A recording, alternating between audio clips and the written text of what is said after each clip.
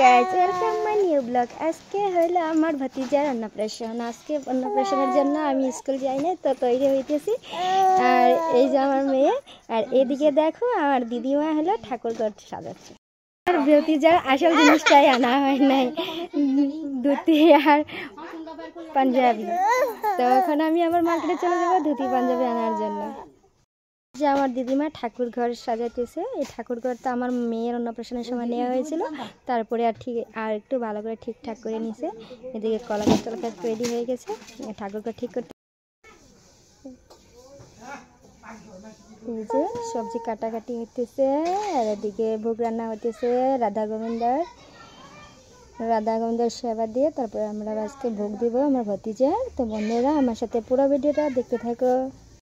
মোটামুটি আমাদের মন্তব্য সাজানো হয়ে গেছে, তো দেখো আমরা এখন যাচ্ছি মার্কেটে বাবার জন্য একটা কাপড় নেব। বোনও চলে আসছে,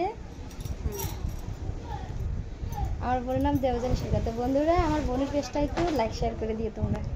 এদিকে পূজার পুরোপুরি আয়োজন প্রায় হয়েই গেছে। আমার পিসিরা আর আমার দিদিমা পূজার কিন্তু প্রথম পূজা হয়ে গেছে, জলপান দিয়ে দিল, তারপরে আবার ভোগ নিবেদন হবে। এদিকে পা মাপা হয়েছে, আমাদের অধিবাস হয়, তো অধিবাসের জন্য পা মাপা নিয়ে গেছে।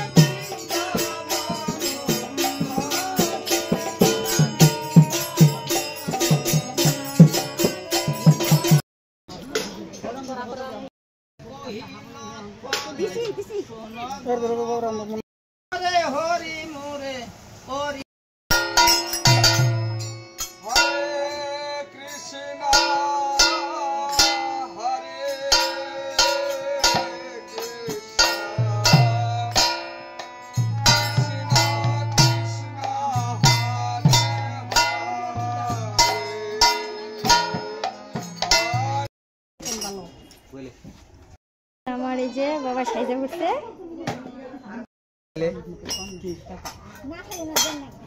ফাইনালি আমার বাবু এই যে সাজে গুজে করে রেডি হয়ে গেছে আমার ভাতিজা। তো বন্ধুরা ওর জন্য সবাই তোমরা আশীর্বাদ করবে।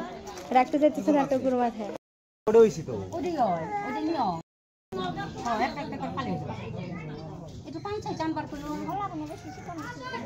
বানা